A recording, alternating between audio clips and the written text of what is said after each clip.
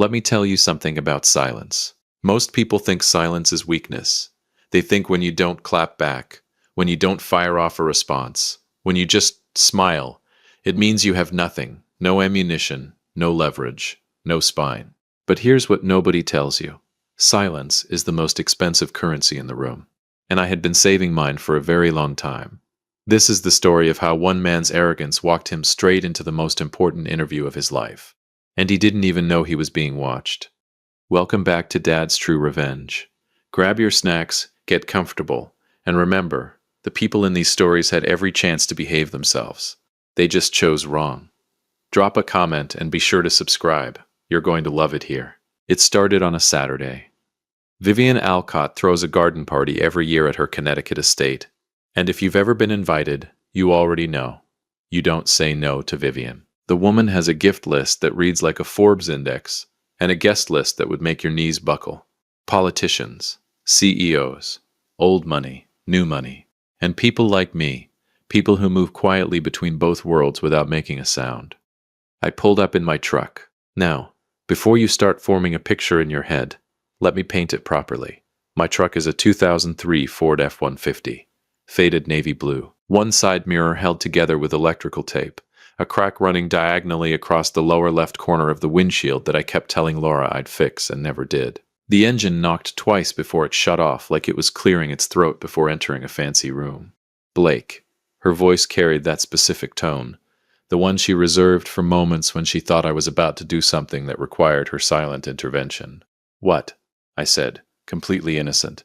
You could have taken the Audi. The Audi's in the shop. The Audi has been in the shop for 8 months, Blake. I grinned. She's a complicated woman. Laura shook her head, gathered her clutch, and stepped out like a queen exiting a carriage. I stepped out like a man who genuinely did not care, because I genuinely did not care. We walked up the stone path toward the sound of jazz and expensive laughter, and I felt completely at home. That's the thing people never understand about me. I grew up with nothing, and somewhere along the way, nothing stopped scaring me. The party was everything Vivian's parties always are. White linen, past hors d'oeuvres that were too small to be satisfying and too pretty to complain about. A string quartet near the rose garden. 70 guests, give or take, scattered across a lawn that cost more per square foot than most people's monthly rent. I was midway through a conversation with a retired federal judge when I heard him. Brett Weston. Now, I want to be fair here. Brett Weston is not an unintelligent man. He's actually quite sharp. The kind of sharp that comes from watching other people work hard and learning how to position yourself just close enough to take credit. He runs a mid-sized logistics company out of Stamford, drives a car whose lease payment rivals a mortgage, and has a handshake that's just a little too firm. The kind that says I need you to know I'm important before he's even told you his name. I'd met Brett twice before. Brief exchanges, nothing memorable, but apparently he remembered my truck. I heard him before I saw him. That laugh, loud, performative, designed to pull an audience. Is that a Ford F-150 out front? The Navy one? I turned slowly. Brett was standing about 12 feet away, drink in hand, Tucker Mills at his shoulder like an anxious shadow. A cluster of 6 or 7 guests had naturally orbited him, the way people orbit loud, confident energy at parties. That's mine, I said, calm, pleasant. Brett turned to face me fully. He looked me up and down, not aggressively, but with that particular brand of casual condescension that wealthy men sometimes deploy. The kind designed to make you feel like you've interrupted something. Poverty stock, he said with a smirk that he dressed up as a joke. I haven't seen one of those since my uncle's farm. Does it still run? The polite, uncertain kind of laugh people do when they're not sure if something is funny, or cruel, and don't want to be caught on the wrong side. I smiled. Not a tight smile, not a defensive smile. A genuine, relaxed, utterly unbothered smile. Every single morning, I said. Never let me down once. Brett chuckled, said something to Tucker I didn't quite catch, and the moment dissolved. The crowd drifted. The jazz kept playing. Laura appeared at my elbow with a glass of sparkling water and looked at me with one eyebrow slightly raised. You good? She asked quietly. Perfectly fine, I said. And I meant it. I was fine. But here's what I didn't tell Laura in that moment. What I couldn't tell her, actually, for reasons I'll explain. I recognized Brett Weston's company the moment he said his name. Weston Logistics, Stamford, 43 employees. $11 million annual revenue, carrying roughly $2.4 million in operational debt, and currently seeking a Series B investment from outside capital. I knew this because 3 weeks earlier, Renee Fontaine had placed Brett Weston's file on my desk. See, here's what you need to understand about what I do. I work for a private equity firm. And not just any firm, the kind that moves quietly, acquires strategically, and never ever makes the front page of anything. Sterling Hayes built it from the ground up over 20 years, and the first thing he told me when I joined was this: Blake, money is loud. Power is silent. Learn the difference. What most people don't know, what Brett Weston certainly didn't know, is that our firm had been circling Weston Logistics for the better part of 4 months. A potential acquisition. Multi-million-dollar deal. And before any number gets put on a table, before any contract gets drafted, we do something that most firms don't publicly advertise. We watch, not surveillance. Nothing dramatic, just observation. How does a man behave when he thinks nothing is at stake? How does he treat people he believes are beneath him? What does he do when there's no deal on the line and no camera pointed at his face? Renee designed the process. She calls it the ambient audit. I call it, and I say this with complete professional sincerity, the most accurate assessment tool I have ever encountered in 15 years of finance.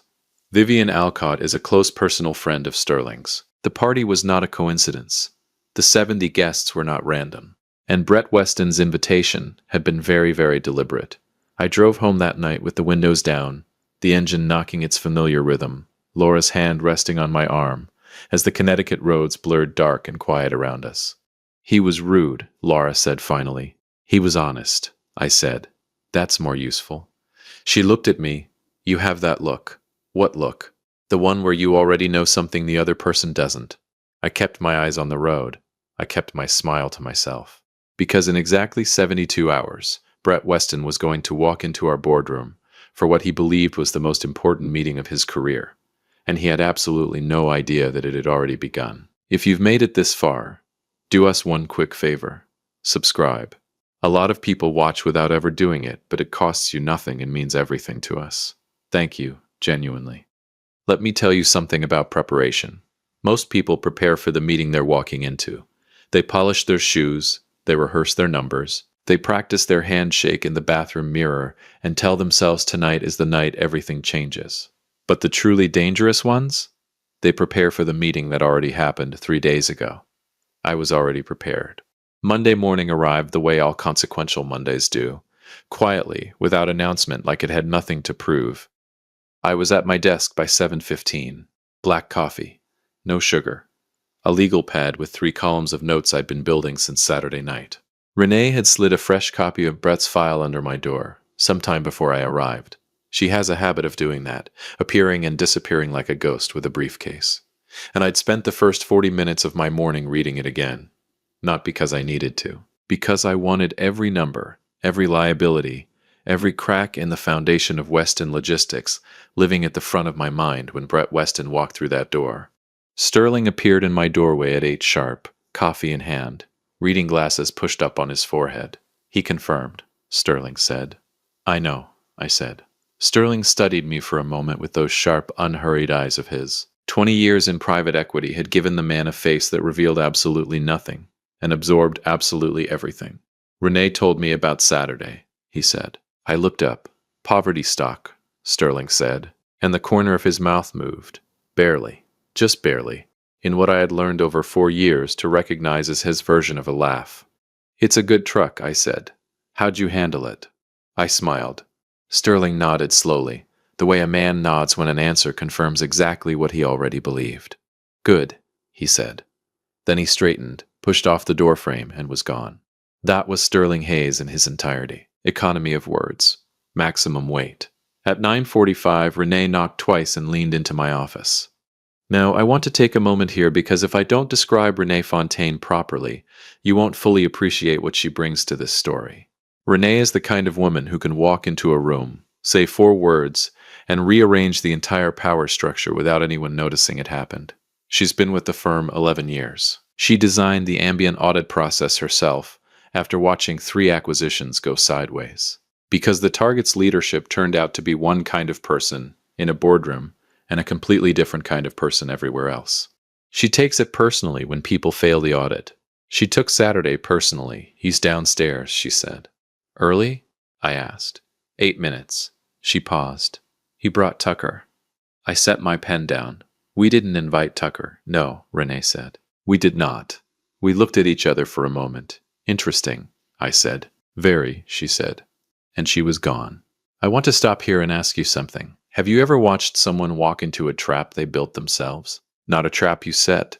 Not something cruel or calculated with malice. But a situation where a person's own behavior, their own choices, their own words from 72 hours ago have quietly assembled themselves into a wall they're about to walk directly into. It is, and I say this with complete honesty, one of the most uncomfortable things I have ever witnessed. Because it's not satisfying the way movies make you think it will be. It's just clarifying. The boardroom at our firm is deliberately understated. No dramatic skyline view. No ego wall covered in plaques and magazine covers. Just a long oak table, 8 chairs, good lighting, and the kind of quiet that makes people want to fill it with words they probably shouldn't say. I was already seated when Brett and Tucker were shown in. Sterling sat at the head of the table. I sat to his right. Renee sat 2 seats down, a closed folder in front of her, a pen she wasn't using resting on top of it. Brett Weston walked in wearing a suit that cost more than my truck, which I suspect was intentional on some level I'll never be able to prove. His hair was perfect. His confidence was dialed to exactly the setting he'd had it on Saturday, that easy, slightly elevated self-assurance of a man who has never seriously considered the possibility that a room might not be impressed by him. He saw Sterling first, then his eyes moved to me, and there it was. That fraction of a second, that tiny, almost imperceptible flicker, where the brain processes something the face isn't ready to respond to yet. His smile stayed in place, but his eyes did something complicated. A rapid internal calculation running behind them. Wait, I know this man. Where do I know this man? The party, the truck. Why is he? Brett, Sterling said warmly, rising to shake his hand. Good of you for coming in. And you brought Tucker. We'll get him set up in the reception area. My assistant will take good care of him.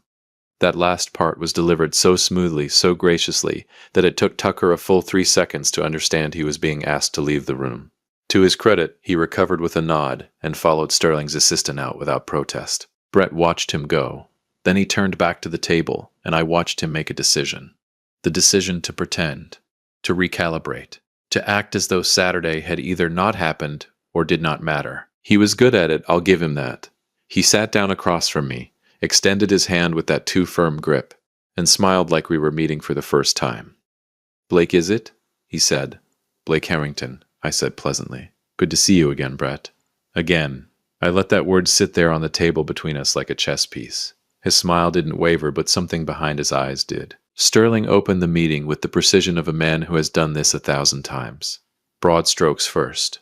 The firm's acquisition philosophy. What we look for. What we don't. He was warm, professional, and completely in control. And Brett responded in kind. Articulate, prepared. Clearly having rehearsed this pitch more than once. For 20 minutes it was almost normal. Then Renee opened her folder. Brett, she said, her voice carrying that particular quality of calm that is somehow more unnerving than sharpness. Before we get into the financials, we like to take a few minutes to talk about leadership culture. How a company's senior leadership conducts themselves. In the office, outside of it. The values that drive decision-making at every level. Brett nodded. Confidence. Absolutely. Culture is everything. We've built something really special at Weston. How do you treat people you consider beneath you? Renee asked. The room went very quiet. Brett blinked. I'm sorry. It's a straightforward question, Renee said, without an ounce of hostility. Just curiosity. Clean and direct. In your experience, how do you engage with people you perceive as being at a lower professional or financial level than yourself? Brett laughed. That same performance laugh from Saturday. Slightly smaller this time. Slightly less certain of its audience. I mean, with respect, obviously. I think everyone deserves. Because we were at Vivian Alcott's party on Saturday, I said. I said it quietly. Conversationally. Like I was mentioning the weather. Brett turned to look at me. And this time the flicker wasn't a flicker. It was a wave. It moved across his entire face. Cheekbones, jaw, the muscles around his eyes. Before he locked it back down. Right. he said carefully. Small world, isn't it? I said. Sterling leaned forward, folded his hands on the table, and looked at Brett with an expression of genuine, almost paternal interest. Brett, I'm going to be straightforward with you because I think you're a smart man, and smart men appreciate directness. He paused. We've been observing Weston Logistics for about 4 months. The numbers are interesting. The growth trajectory is real. The operational debt is manageable. Another pause. But we don't just acquire companies. We acquire leadership. And leadership, in our experience, is not what a man does in a boardroom. Silence. It's what he does when he thinks no one important is watching. Brett Weston sat very, very still. And for the first time since I'd met him, at the party, in this room, across any version of any interaction we'd ever had, he had absolutely nothing to say. I looked at him sitting there in his expensive suit, with his rehearsed numbers and his too-firm handshake, and his word, poverty stock, still hanging somewhere in the air between Connecticut and this oak table, and I didn't feel triumphant. I felt something quieter than that, something that only comes when silence finally cashes out. If you've been listening for a while and want stories like this to keep coming, it really helps if you hit that like button and subscribe. 97% of people never do, but it's what keeps this whole thing running. So, thank you for real. Let me tell you something about the moment before everything changes. It doesn't announce itself. There's no dramatic music, no slow motion, no convenient lightning bolt from the sky to mark the occasion. It's just a room, a table, a few people breathing the same air, and one man sitting across from you who is finally, for the first time, completely and utterly himself. Because there is nothing left to perform. The silence lasted 11 seconds. I counted, not because I'm dramatic, well, maybe a little, but because in rooms like ours, silence has weight, and weight has meaning, and I've learned to measure both. Brett Weston sat with his hands flat on the table, his perfectly rehearsed pitch somewhere behind him, in a pile of suddenly useless preparation. And he looked at Sterling Hayes the way men look at a situation, when they realize the map they brought doesn't match the territory they're standing in. Then he did something I did not expect. He laughed. Not the performance laugh. Not the one from the party, loud, calculated, pulling an audience like a magnet pulling metal. This one was smaller, quieter, the kind of laugh a man exhales when he's caught and he knows it, and fighting it would only make the whole thing more embarrassing. The truck, he said. Not a question, a statement, an arrival. The truck, I confirmed. He rubbed the back of his neck, looked at the table, then back up at me. That was... He started, then stopped. Started again. That wasn't my finest moment. Now here's where I want you to pay very close attention. Because what happened next is the part of this story that I did not see coming. The part that changed not just the outcome of the meeting, but the way I think about people entirely. Sterling Hayes, the man who built a private equity firm on silence and precision, and 20 years of watching human beings reveal themselves under pressure. Sterling Hayes leaned back in his chair, looked at Brett Weston and said, "Tell me about your father." I glanced at Sterling. He wasn't looking at me. Brett blinked. I'm sorry? Your father? Sterling said simply. Tell me about him. Like a man who had prepared for every version of this meeting except the one where someone asked him something real. He was a mechanic, Brett said slowly. Small shop, outside of Hartford. He worked 6 days a week for 31 years. Said nothing. He drove an old truck, Brett said, and something in his voice shifted. Almost imperceptibly, but I caught it. The way you catch a change in temperature before you can explain why you're suddenly cold. Ford. Beat up, embarrassed the hell out of me as a kid. The room was absolutely still. When your friends came over? Sterling asked. When anyone came over, Brett said quietly. I used to pray he'd park it around the block. Nobody spoke. Brett looked up at me then, and for the first time since I'd met him, there was nothing behind his eyes except the thing that was actually there. He passed 4 years ago, Brett said. I drive a car that costs more per month than he made in a year. He paused. I don't know when that stopped feeling like success and started feeling like... He didn't finish the sentence. He didn't need to. I sat with that for a moment. Because here's the thing about people. Here is the complicated, frustrating, humbling thing about human beings that no amount of financial modeling or ambient auditing or 15 years of professional experience fully prepares you for. Sometimes the cruelest thing a person says is just the loudest thing they're ashamed of. Renee closed her folder. I noticed it immediately because Renee does nothing accidentally. Every gesture, every pause, every click of a pen is deliberate. And closing that folder meant something. It meant she was done collecting data. Sterling straightened in his chair, which was his version of a gear shift, the meeting moving from one phase to the next. "Brett," he said, "I'm going to tell you something and I need you to hear it clearly." Brett nodded. Saturday was a problem. Not because Blake is sensitive. He is genuinely the least sensitive man I've ever employed, and that is meant as a compliment.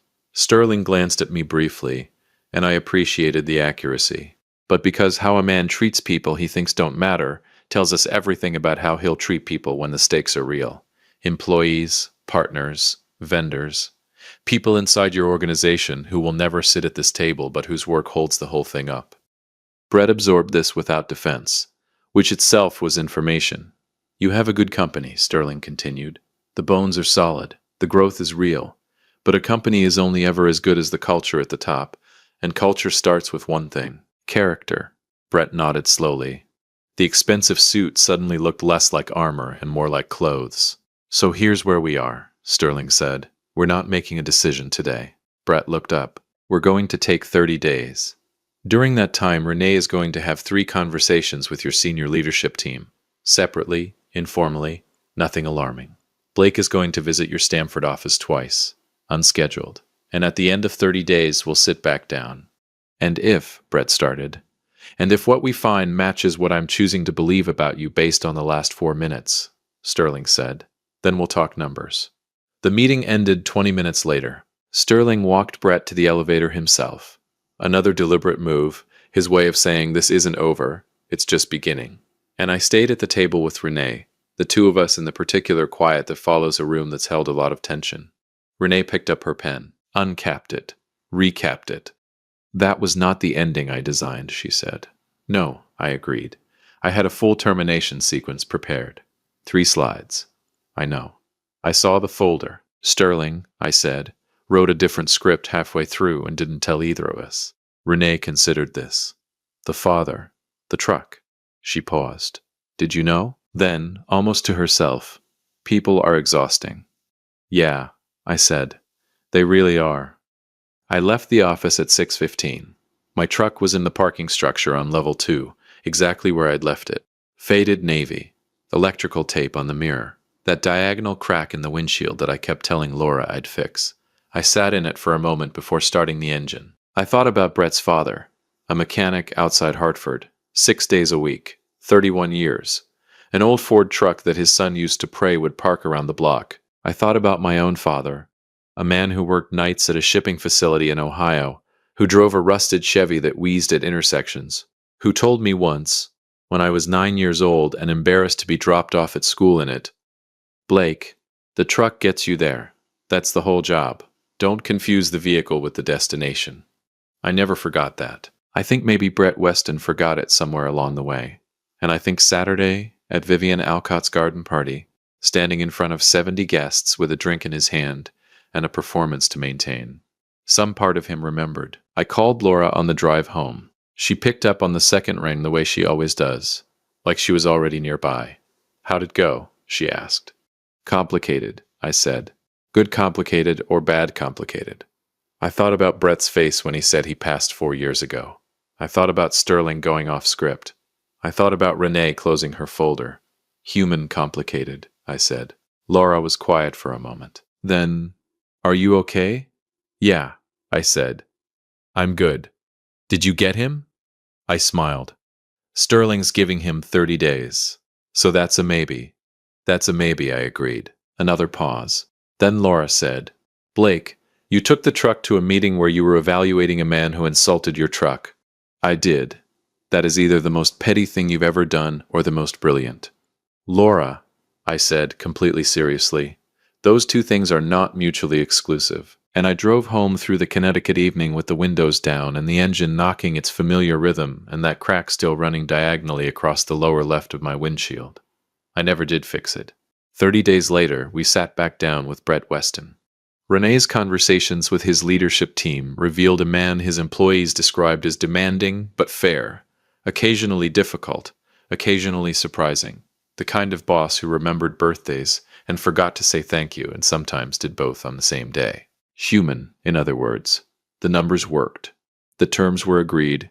The acquisition moved forward. On the day contracts were signed, Brett Weston walked into the lobby and found me waiting with 2 cups of coffee. We rode the elevator up together in the kind of comfortable silence that only exists between people who have already seen each other clearly. Just before the doors opened, he said without looking at me, "For what it's worth, it's a good truck." "I know," I said. The doors opened. We walked in, and that was that.